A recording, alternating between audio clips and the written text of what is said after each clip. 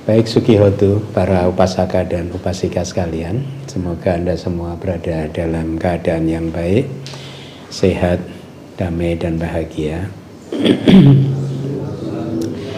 Saya akan menyampaikan topik di Owada Katha kali ini, yaitu tentang bagaimana upaya dari Mara, setan, untuk mencoba menggoyahkan keyakinan dari Surambata. Ya, nanti akan di akhir Owada akan saya sampaikan ceritanya, tetapi sebagai pembukaan saya ingin mengingatkan kepada Anda bahwa keyakinan atau saddha dalam bahasa Pali atau juga itu sinonim untuk iman, ya.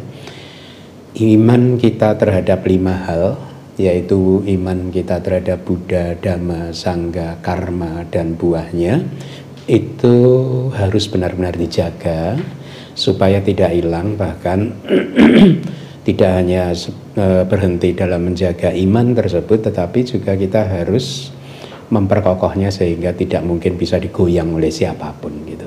Nah, beberapa tips bisa Anda lakukan yang bisa saya sampaikan. Misalkan Anda kalau memang merasa iman Anda terhadap Buddha, Dhamma, Sangha, karma dan buahnya itu belum kokoh, belum cukup solid, belum bisa membuat Anda bisa menjadi umatnya Buddha, yaitu dengan menjalankan ajaran-ajarannya, begitu.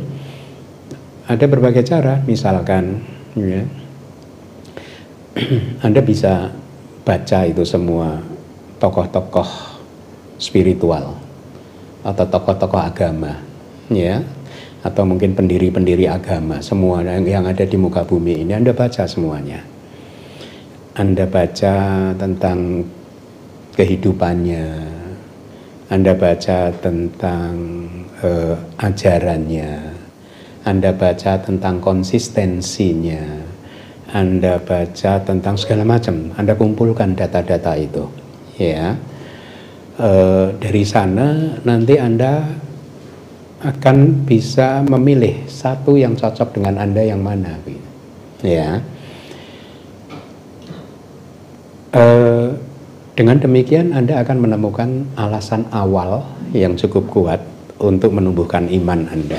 Jadi saya tidak berkata tentang atau mendorong Anda untuk beriman pada Buddha, Dhamma, Sangha, karma dan buahnya saja. Baca aja itu semua tokoh-tokoh itu, tokoh-tokoh spiritual, pendiri-pendiri agama, baca semuanya, sejarahnya, lalu Anda bandingkan.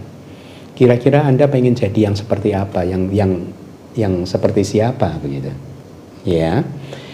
Nah, dari pengalaman saya dulu itu ketika saya membaca sejarahnya Buddha, sejarahnya Pangeran Siddhartha, di dalam kehidupannya yang terakhir ketika menjadi Pangeran Siddhartha saja sudah memukau saya, sudah menarik perhatian saya. Bagaimana tidak, karena dia terlahir sebagai putra raja, ya, tetapi hidupnya tidak mengganggu umat lain, ya, tidak menyakiti umat lain. Banyak kan cerita bagaimana Pangeran Siddhartha misalkan sempat mungkin dalam tanda kutip berdebat dengan yang kemudian jadi Dewadatta itu, ya, tentang memperebutkan binatang yang dipanah atau apa itu, ya. Itu pun sudah menarik perhatian saya. Bagaimana seseorang yang hidupnya sangat bersih, sangat leluhur, ya, benar-benar menjaga moralitasnya, ya, dan keyakinan awal itu menjadi makin kuat ketika membaca cerita-cerita Jataka sebenarnya. Jadi bagaimana selama 4 asangkaya dan 100.000 kalpa beliau itu benar-benar menyempurnakan dirinya. Dan yang menarik adalah bahwa kesempurnaan dirinya itu tidak didapatkan atau dia tidak menunggu mengharapkan itu semua turun dari langit.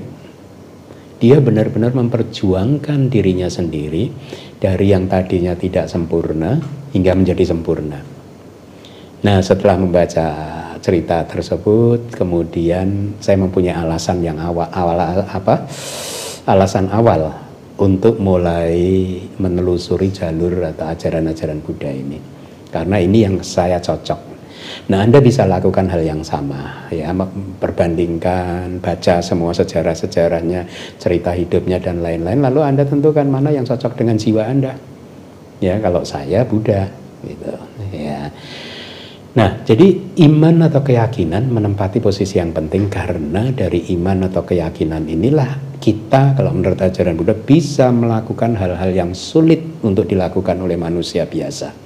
Diberi perumpamaan, seseorang bisa terjun ke samudra karena keyakinan gitu. Seseorang bisa menyeberangi sungai yang penuh bahaya, banyak buaya-buayanya, dia tetap terjun ke sungai karena keyakinan gitu. Jadi ini hanya perumpamaan begitu, yang menggambarkan bahwa keyakinan di dalam ajaran Buddha itu adalah sedemikian rupa sehingga kalau hal itu muncul, faktor mental keyakinan itu muncul di dalam hati Anda akan bisa melakukan hal-hal yang sulit, sesulit apapun itu juga. Misalnya Anathapindika, dia berdana itu bukan berdana yang receh-receh. Dia melakukan dana-dana yang luar biasa. Bahkan di zaman yang sekarang banyak itu kita melihat sekeliling kita.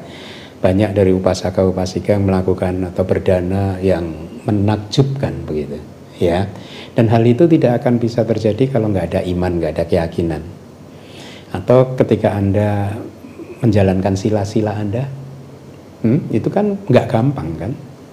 Ya, khususnya mungkin bagi biku, nggak gampang menjalankan sila biku itu. Karena ada banyak seperti itu kan. Nah, kita bisa menjalankannya seperti itu, melakukan hal yang sulit seperti itu karena sila kita, karena keyakinan. Tanpa keyakinan nggak akan ada itu semua praktek-praktek itu.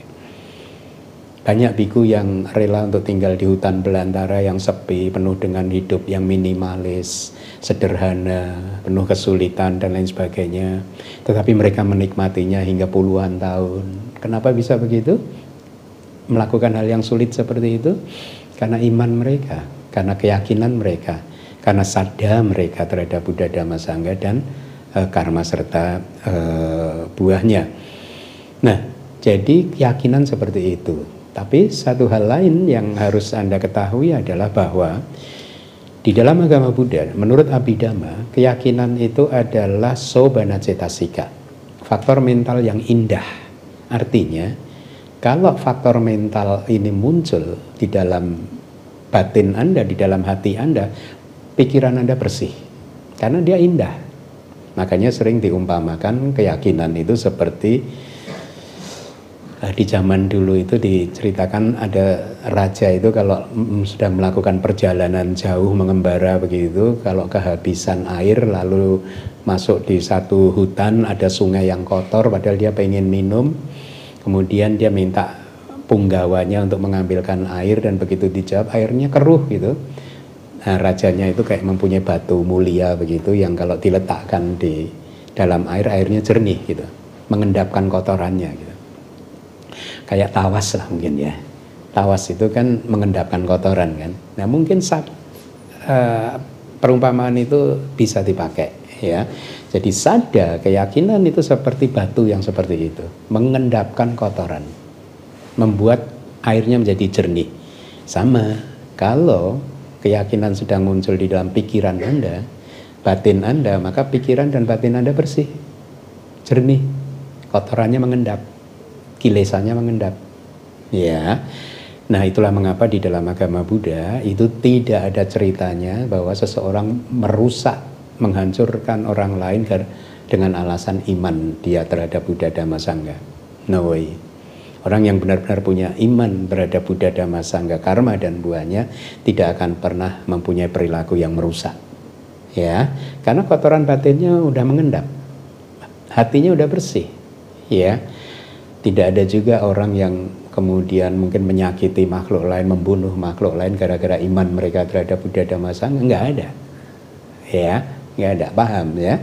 Karena iman di dalam ajaran Buddha adalah faktor mental yang indah, yang membuat hati Anda bersih, jernih, ya, bebas dari kotoran batin, ya. Nah, jadi itu mungkin langkah-langkah awal bagi Anda untuk bisa memiliki alasan yang kuat untuk beriman atau berkeyakinan terhadap Buddha, Dhamma, dan Sangha, karma serta buahnya. Nah, keyakinan di dalam ajaran Buddha itu disampaikan bahkan oleh Buddha itu sedemikian pentingnya sehingga bahkan di alam surga sana kalau ada dewa-dewa yang hendak meninggal dunia, itu teman-temannya mengingatkan, ya. Jadi dewa itu kalau bahasa Inggrisnya juga diterjemahkan sebagai gods, Tuhan. Jadi kalau ada Tuhan-Tuhan, dewa-dewa begitu yang mau meninggal, itu teman-temannya yang lain, teman dewanya yang lain mengingatkan 3 hal.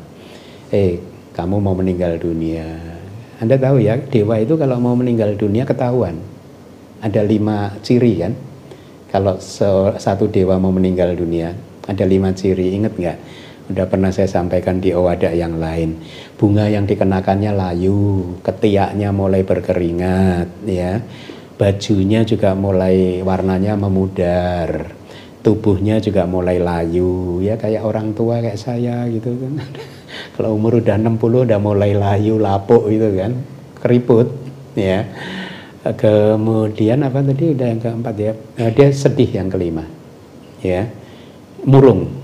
Dewa itu murung terus gitu. Nah sehingga teman-temannya tahu, oh dia mau meninggal nih.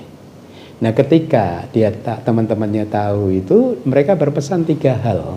Hei dewa, kamu sebentar lagi akan meninggalkan dunia para dewa. Pesan saya, ini nasihat dari Buddha, dari seluruh kehidupan ini ternyata yang bermanfaat adalah ini gitu. Pesan saya ada 3. 1, dewa yang lain berpesan, kembalilah ke alam manusia atau masuklah ke alam manusia, artinya lahirlah ke alam manusia, ya. Kedua, kembalikan sadha kamu, kembalikan iman kamu, keyakinan kamu terhadap Buddha, Dhamma, Sangha, karma dan buahnya. Ketiga ini yang penting ini, kokohkanlah iman itu yang sudah kembali itu, perkuatlah supaya nggak bisa digoyang oleh siapapun, digoyahkan oleh siapapun, ya. Nah sekarang dari 3 pesan dewa Anda udah dapat berapa? Kembali ke alam manusia Anda udah dapat. Anda udah lahir di sini kan? Kemudian yang kedua, kembalikan iman Anda. Udah dapat juga kan? Ya. Yang ketiga nih, kokohkan. Anda belum. Ya, mungkin Anda belum. Karena iman Anda baru akan kokoh kalau Anda menjadi sotapanna. Ya, selama Anda belum menjadi sotapanna, maka iman Anda nggak akan pernah kokoh sebenarnya. Artinya dengan kata lain, Anda bisa aja tahun ini beragama Buddha, tahun depan ganti KTP, agamanya berubah, ya. Atau mungkin di kelahiran ini Anda beragama Buddha, tapi di kelahiran berikutnya Anda berubah, bisa. Selama masih pudujana itu bisa. Kenapa bisa seperti itu? Kenapa sotapanna nggak bisa goyang lagi? Karena pandangan salahnya sudah hancur. Ya, seseorang yang sudah tidak memiliki pandangan salah tidak akan memeluk ke sana, memeluk ke sini lagi. Ya. Nah, pudujana kenapa masih bisa berubah? Karena pandangan salahnya belum dihancurkan. Jadi Anda satu hari nanti, satu kelahiran nanti di depan bisa saja Anda memeluk sesuatu yang penuh dengan pandangan salah. Ya, nah itu alasannya. Nah, oleh karena itu harus Anda kokohkan dengan menjadi seorang sotapanna, ya. Nah, agama Buddha itu mengajarkan kepada kita bahwa we are our own master. Kita adalah tuan bagi diri kita sendiri, ya. Kita yang mengatur kehidupan kita sendiri, ya. Jadi iman Anda itu kokoh atau tidak, Anda bisa memiliki iman atau keyakinan terhadap Buddha, Dhamma, Sangha, karma dan buahnya itu kuat atau tidak, itu tergantung pada Anda sendiri. Kita kan bukan satu agama yang mendasarkan latihan kita itu pada berdoa kan. Anda nggak bisa berdoa supaya iman Anda kokoh, nggak bisa. Oh tolong dong beri saya keyakinan yang kuat terhadap Buddha, Dhamma, Sangha, nggak bisa. Makanya Anda harus berjuang sendiri. Kumpulkan tadi data-data tadi, dibanding-bandingkan mana yang cocok, yang akhirnya bisa membuat Anda yakin, oh ini dia yang harus saya embrace, yang harus saya peluk gitu, ya. Nah, oleh karena kita adalah tuan bagi kita sendiri, kita adalah pencipta bagi kehidupan kita sendiri, kita adalah penguasa bagi kehidupan kita sendiri, itulah mengapa Anda sendirilah yang harus menjaga iman Anda. Nggak ada orang lain yang bisa menjaganya untuk Anda. Nggak ada orang lain juga, siapapun berkuasanya dia, betapapun berkuasanya dia, Anda mohon-mohon untuk menjaga iman Anda, nggak akan bisa. Ya, kan ada itu cerita di kitab suci itu. pada suatu hari Buddha menerima undangan dana makan dari umat-umatnya siapa? Yang Arya, yang mulia Mahamoggallana, ya. Tetapi di kesempatan berikutnya beliau menerima undangan dari mamahnya Bante Upali. Karena Bante Upali mau ulang tahun, jadi mamahnya berniat untuk merayakan ulang tahunnya dengan berdana kepada Buddha dan Sangha gitu, ya. Nah, ketika sebenarnya seharusnya Buddha karena sudah berjanji ke yang pertama harusnya menerima yang pertama ini dulu, ya. Tetapi ketika dengan mata Buddha beliau melihat bahwa ternyata manfaat besar akan muncul kalau beliau menerima undangan yang kedua. Dengan demikian maka Buddha mengatakan kepada yang mulia Mahamoggallana, Moggallana, tolong sampaikan kepada umat-umatmu ya, aku akan bisa menerima undangan dana makannya setelah 7 hari. Karena ibunya Bante Upali, Bante Siwali tadi itu mau berdana selama 7 hari dalam rangka merayakan ulang tahun putranya tadi, ya. Sehingga Buddha akhirnya menyampaikan demikian ke Yang Mulia Mahamoggallana, dan pada gilirannya Yang Mulia Mahamoggallana kemudian menyampaikan pada umat-umatnya, oh Buddha akan menerima undanganmu, undangan kalian nanti pada hari ke-8. 7 hari dari besok itu Buddha akan menerima undangan dari mamahnya atau ibu dari Bante Siwali gitu. Nah, umat-umatnya lalu menyampaikan ini kepada Bante Moggallana, Bante, wahai Bante, saya bisa menerima keputusan Buddha untuk menerima undangan kami pada hari ke-8 nanti, tapi dengan catatan. 1, Bante harus bisa menjaga supaya umur saya masih tetap ada selama 7 hari ini. Sampai ke hari ke-8, umur saya masih ada. 2, Bante juga harus bisa menjaga supaya selama 7 hari sampai hari ke-8 nanti kekayaan kami nggak hilang. Ya karena kalau meninggal atau kekayaannya hilang kan nggak bisa dana lagi, iya kan? Kemudian permintaan yang ketiga adalah Bante harus juga bisa menjaga supaya sada saya tidak hilang, keyakinan saya tidak hilang, iman saya tidak hilang gitu. Apa jawaban Bante Moggallana? Beliau menjawab, 2 yang pertama saya bisa. Saya bisa menjamin nyawamu nggak hilang sampai hari ke-8. Saya bisa menjaga juga harta kekayaanmu tidak hilang sampai hari ke-8. Tetapi menjaga sada kamu saya tidak bisa. Kamu sendiri yang harus menjaganya. Tuh lihat, bahkan Bante murid Buddha yang paling sakti pun tidak bisa menjaga iman murid-muridnya. Ya, jadi Anda sendiri yang harus menjaganya. Oleh karena itu, ya, sekarang kan Anda bukan lagi menjadi umat Buddha yang tidak berpengetahuan, karena DBS ini udah 10 tahun kan menyelenggarakan atau mengadakan kelas-kelas kitab suci. Seharusnya Anda udah punya banyak sekali informasi tentang ajaran Buddha, khususnya tentang kehidupan, bahwa ternyata kehidupan adalah berulang-ulang seperti itu, seperti yang sudah Anda dengar di kelas-kelas, ya. Dan awal dari siklus kelahiran kematian kita ini sudah tidak bisa ditemukan lagi kapan itu awalnya. Udah lama sekali kita hidup berputar-putar dalam putaran siklus kelahiran dan kematian ini. Nah, seharusnya cukuplah bagi kita untuk mulai menetapkan keyakinan kita kepada Buddha Dhamma Sangha, karma dan buahnya, karena informasi-informasi tersebut sudah Anda dapatkan, bahwa ternyata di dalam kehidupan ini mengikuti ajaran Buddha ini adalah yang sangat dipuji oleh orang-orang yang bijaksana, ya. Ini ajaran ini sangat bersih, sangat konsisten, tidak pernah mengajarkan Anda untuk marah kepada siapapun, membalas dendam kepada siapapun, tidak pernah mengajarkan kepada Anda untuk mengumbar nafsu-nafsu Anda, tidak pernah mengajarkan apapun kepada Anda untuk melegalkan emosi-emosi Anda, ya, kotoran-kotoran batin Anda, tidak, sangat konsisten, ya.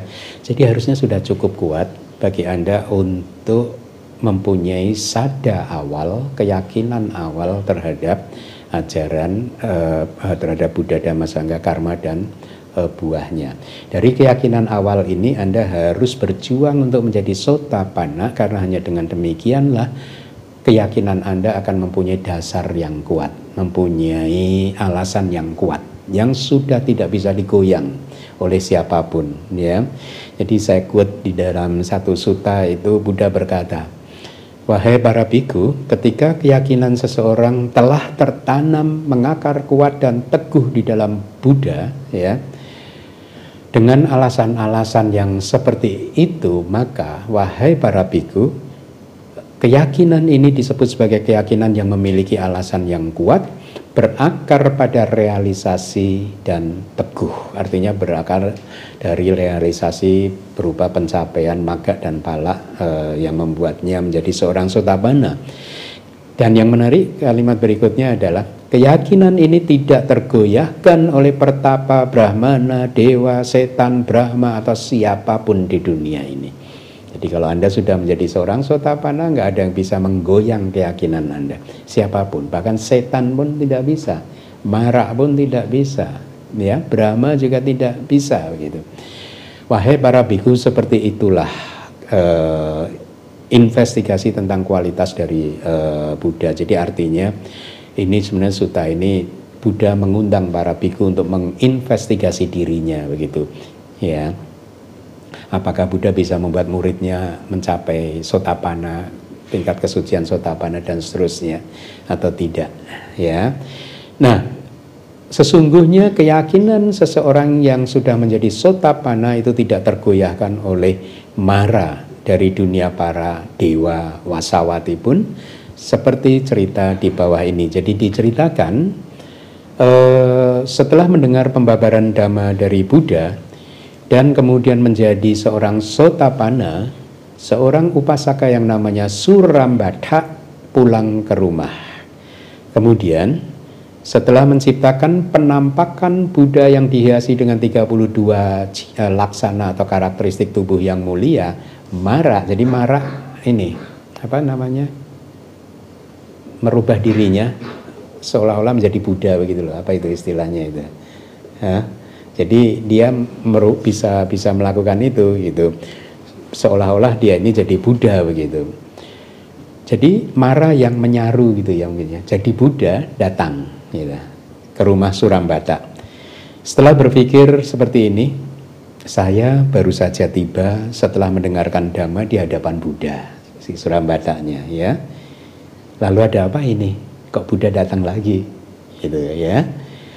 Surambada lalu mendekat karena berpikir itu adalah Buddha, lalu memberikan penghormatan dengan persepsi atau dengan pikiran bahwa itu adalah Buddha yang benar, yang asli, ya, yang sedang berdiri di depan pintu rumahnya.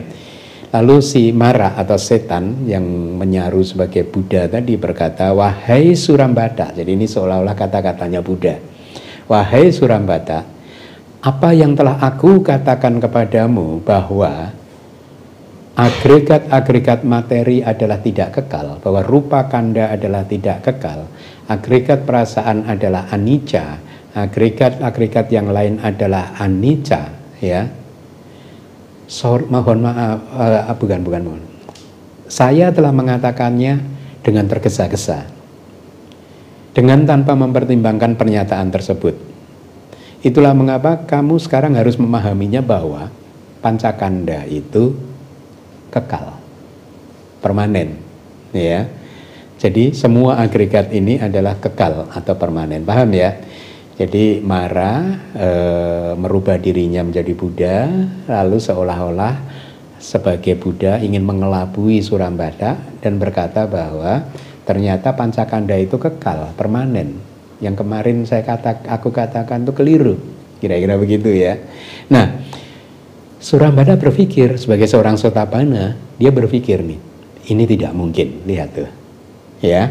Padahal dia belum tahu nih di depannya ini Buddha palsu atau enggak, ya. Tapi dia langsung berkata, ini tidak mungkin. Kalau Putujana, kalau dikatakan demikian, oh iya ya, nggak apa-apa Buddha, namanya manusia juga, kadang melakukan kesalahan Buddha, ya nggak sih? Tapi karena dia Sotapanna, dia langsung berpikir ini nggak mungkin ini, gitu, ya. Bahwa para Buddha akan mengatakan apapun dengan tanpa mempertimbangkan dan menyadarinya, pasti ya, hal itu adalah tidak mungkin gitu.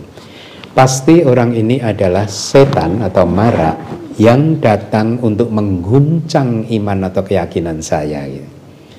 Lalu Surambata berkata kepada mara atau setan seperti ini, kamu adalah mara, kamu adalah setan. Jadi dia menduga gitu ya, menduga. Dia tidak bisa berbohong dan akhirnya mengaku, iya saya adalah mara, saya adalah setan. Lalu Surambata bertanya, kenapa kamu datang? Ketika telah ditanya demikian, setan berkata, saya datang untuk menggoyahkan imanmu atau keyakinanmu. Setelah berkata seperti ini, Surambatanya, hai si jahat, hai si gelap, sekarang jangankan kamu sendirian, bahkan 100 atau 1000 setan yang seperti itu kamu pun tidak akan pernah bisa menggoyahkan keyakinan saya. Keyakinan yang datang melalui jalan atau melalui magga, karena dia Sotapanna kan. Jadi begini maksudnya, ketika Anda mencapai magga, Sotapati magga ya, mencapai jalan Sotapati, itu jalan Sotapati itu menghancurkan pandangan salah Anda sehingga nggak pernah bisa muncul lagi sejak saat itu. Tidak hanya itu, dia juga memunculkan sada yang sudah nggak bisa digoyang, ya, sada yang kuat, ya. Dan sejak saat itu sada Anda akan sangat kuat, nggak bisa digoyahkan oleh siapapun gitu. Makanya Surambata tadi berkata bahkan 100 atau 1000 setan yang seperti itu pun tidak mampu menggoyahkan keyakinan saya. Keyakinan yang datang melalui jalan tidak tergoyahkan. Lalu siapa kamu di sini mau menggoyahkan keyakinan saya gitu. Ya. Nah, jadi Surambata menjentikkan jarinya dan setan tersebut menghilang di tempat itu juga karena tidak dapat bertahan. Ya, katanya kalau setan itu kalau ketahuan ngusirnya langsung pergi dia, langsung menghilang gitu. Ya, banyak teks mengatakan demikian. Nah, jadi lihat, keyakinan seorang Sotapanna adalah keyakinan yang tidak bisa digoyahkan oleh siapapun. Sedemikian rupa bahkan ketika di depannya itu ada Buddha yang menyampaikan ajaran yang salah tadi. Padahal itu bukan Buddha. Dia tahu ini pasti bukan Buddha langsung gitu. Ya. Nah, jadi para upasaka dan upasika, keyakinan itu penting sekali. Karena tanpa keyakinan Anda tidak akan bisa maju ke depan di dalam latihan-latihan ajaran Buddha. Anda tidak akan bisa menyempurnakan diri Anda. Karena untuk menyempurnakan diri kita ini tidak mudah loh. Tidak mudah loh. Di saat semuanya mengajarkan, kamu boleh kok mengumbar nafsu. Ada nafsu yang sah, ada nafsu yang tidak sah. Kalau yang sah boleh-boleh saja, sah-sah saja. Buddha mengajarkan nggak ada. Semua nafsu adalah aku salah. Pada saat yang lain mengajarkan, boleh lo kalian membalas dendam, boleh lo kalian marah, boleh lo kalian menyakiti mereka yang menghina kamu, yang menghina ajaran kamu, yang menghina ini, menghina itu. Buddha mengatakan no. Kalau ada orang yang menghina aku dan kamu masih marah, berarti kamu belum mempraktekkan ajaranku. Ya. Pada saat yang lain mengajarkan, yang namanya manusia itu ya memang penuh kekurangan, ya. Udah takdirnya. Manusia nggak akan pernah bisa sempurna. Buddha mengajarkan no, kita bisa menjadi manusia yang sempurna kalau mau berusaha gitu. Nah, oleh karena itu kembali lagi, jagalah iman Anda dan jangan berhenti di sana. Praktekkanlah ajaran Buddha ya, supaya Anda menjadi manusia yang sempurna ya. Dengan demikian Anda bisa segera keluar dari siklus penderitaan ini gitu. Demikian Owada yang bisa saya sampaikan pagi hari ini, mudah-mudahan bermanfaat bagi Anda dan semoga Anda semua bisa menjadi seorang Sotapanna dalam waktu yang secepat mungkin dan kemudian segera keluar dari samsara yang penuh penderitaan ini. Terima kasih.